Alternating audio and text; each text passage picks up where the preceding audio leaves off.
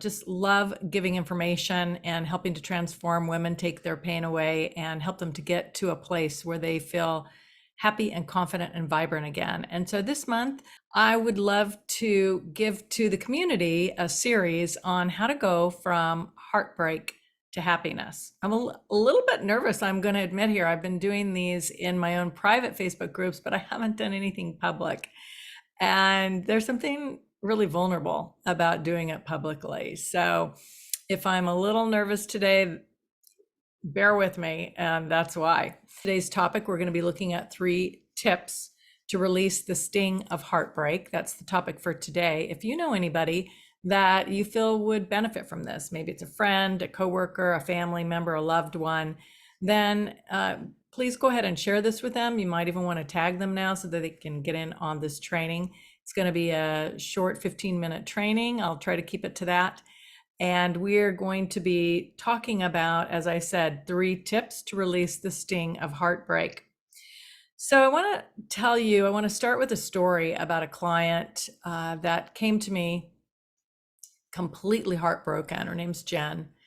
And she was going through, for those of you who may have seen some of my posts over the last couple of weeks, you know that you might have seen or read that I work with women who have gone through betrayal. So Jen was no different. And when she came to me, she had discovered that her husband had been cheating on her with her best friend. I mean, it's hard enough to deal with betrayal, but your best friend, it's like a double betrayal. And so she was absolutely devastated. And they were in the process of getting a divorce. And so during that time, she committed to investing in her growth. And so we started working together, and we started doing this deeper work of really looking at what it was that she wanted instead, what was her vision instead, and healing that pain. And again, if you've been reading anything that I've been posting over the last couple of weeks, you know that I have a practice, the way that I work with women to heal is by bringing in the power of the Holy Spirit. I believe truly that the greatest way to heal is with divine love, with God's love, with the love of Jesus. And so that's part of my practice. That's part of how I work with people to get to that root and to really rip it out and heal it and create new beliefs that go along with the new vision for your life. And so that's what we did with Jen. And over the course of about a 6-month period, she turned things around in her life, doing this deeper work. And she got to a place where she understood what was going on, where she was able to heal that resentment, the bitterness, the anger, the sadness, and really discover what was going on a deeper level. And when she got to that, it shifted everything. And she was able to forgive. She was able to really come to start showing up in life in a whole different way. And she developed a lot of self-love, and that was really the pivotal part for her, was the worthiness issue and knowing how worthy she was.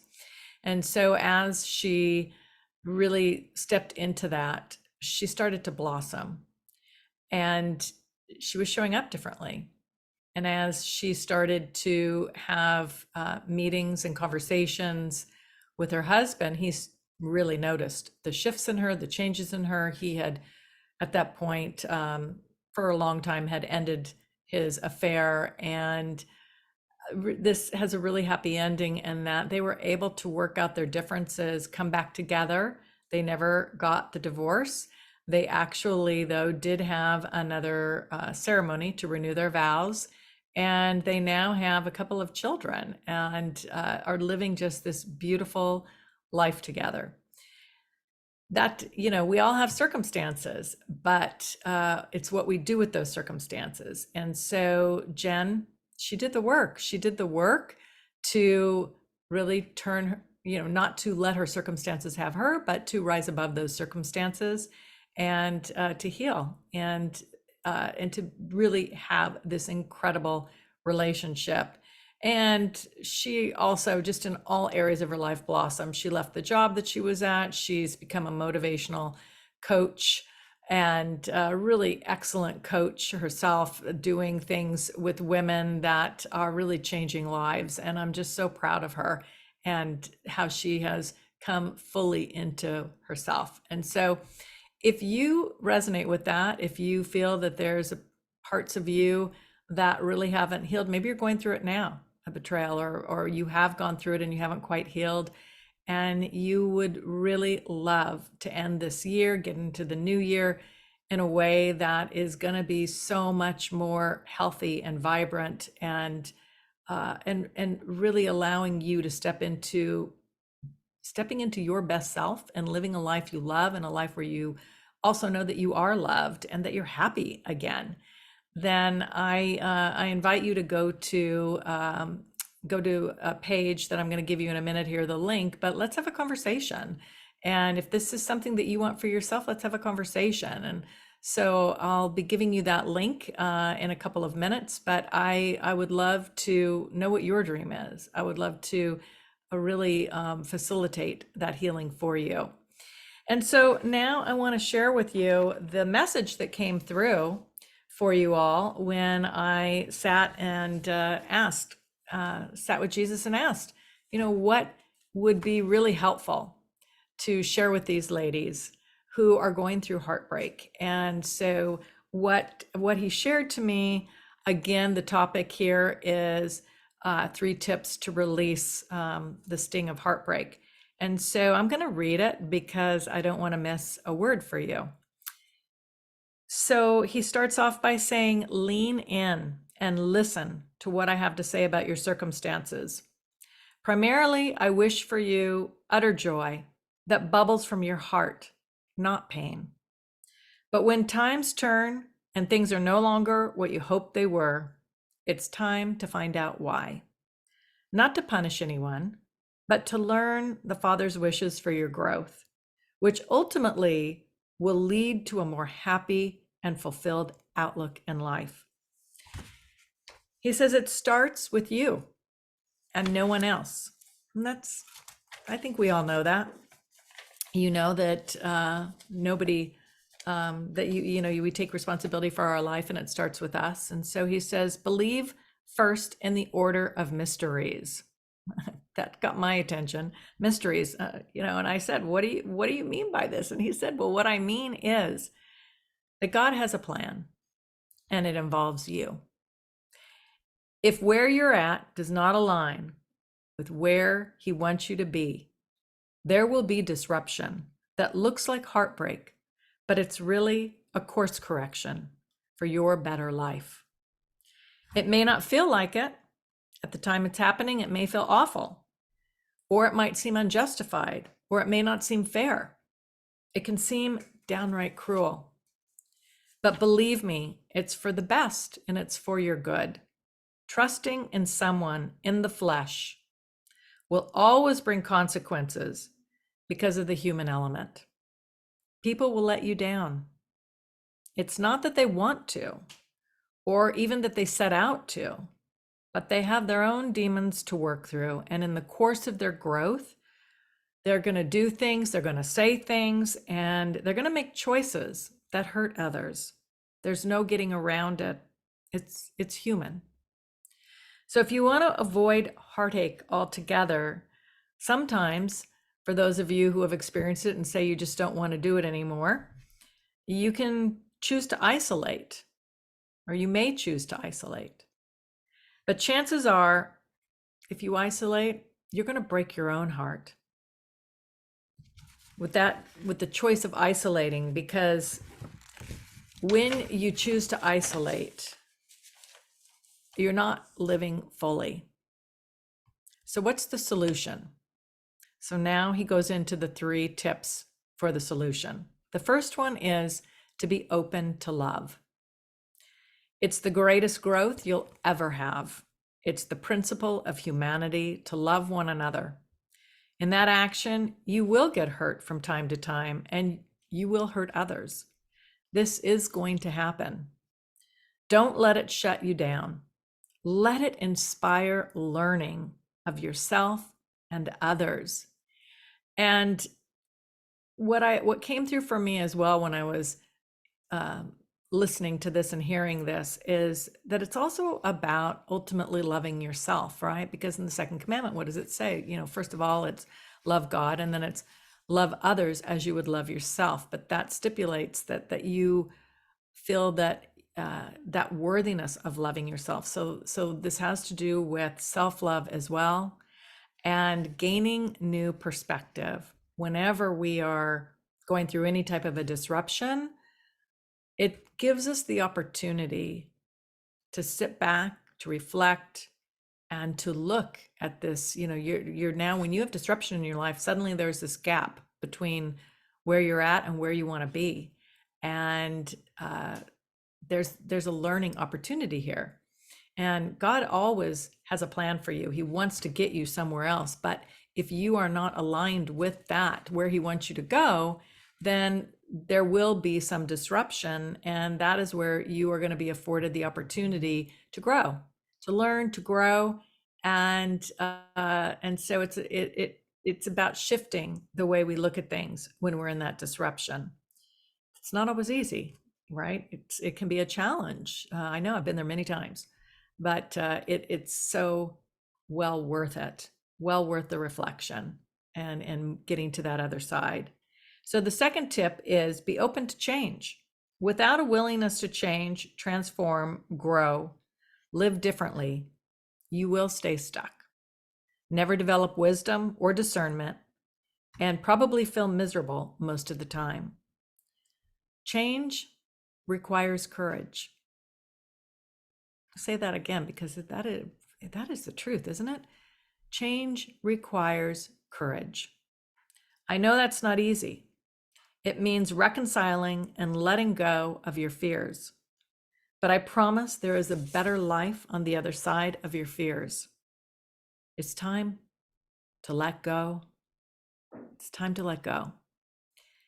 The third tip is that it's time to be open, to open up and to release what no longer serves you and what no longer serves your life. The happiness you say you want is on the other side of your fear. So just know that you can do this. If I could do it, if my clients can do it, you can do it. You absolutely can do it. Just know that I deeply believe in you, in the possibility.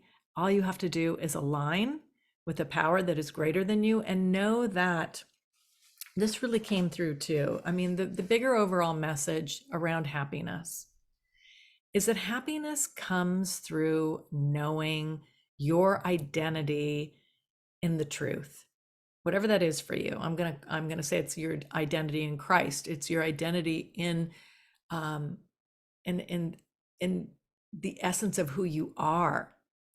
And I think that most of the time we can get tripped up in making our identity in other things that are worldly. Our career, for example.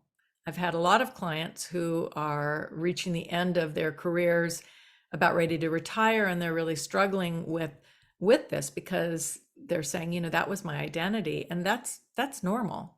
So the goal is to shift the identity from worldly identity of not just your job, but being a mom or being a wife or being a daughter or being a friend, or all the labels that we put on ourselves and really make meaning of. It's really quite simple. Getting back to the wholeness and the truth of who you are and the identity of Christ, getting back to your light. And so if this resonates with you, if this sounds like something that you would love to do, if this sounds like something that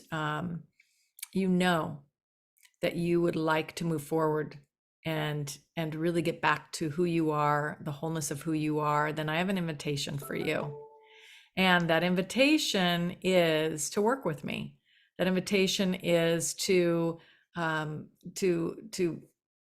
do this inner work. I look at it as rewiring what's going on for you.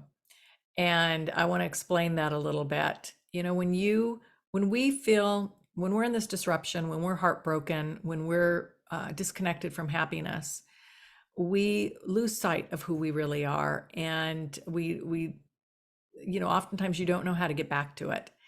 But that's where you don't want to do it. Believe me, I tried to do it a lot on my own in the past, and I realized that I needed help with it. And so that's why I became so passionate about helping other women to get to the other side. And I'm going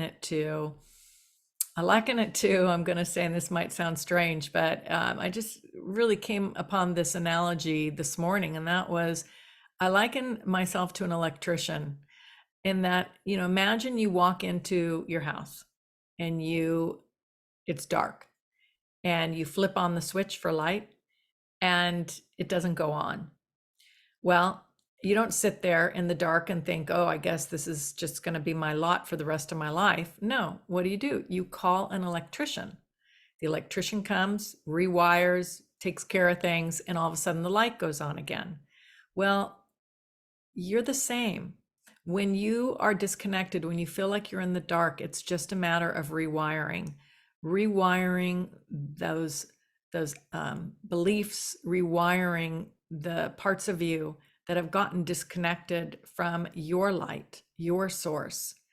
And that is truly what I absolutely love doing. And I would love nothing more than to really have the opportunity and the honor to facilitate your release of the heartache, your release of all the things that are keeping you unhooked from your light, to create new beliefs that really are going to set you in the right direction, that are foundationally going to support the vision. You absolutely will be looking at creating a new vision for you and stepping into a life where you're going to feel vibrant and happy again, a life that you're going to love, and not only that, but a life where you're going to feel loved, and you're going to know how to connect to that light within you.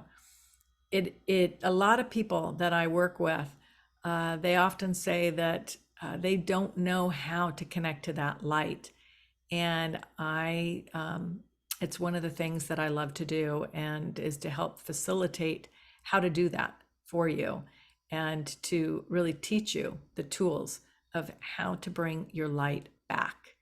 And so if that is something that you would love to do, then I would like you to go to the divineloveinstitute.com. It's my company, / P as in Paul, O as in oat, and W as in watch. So POW.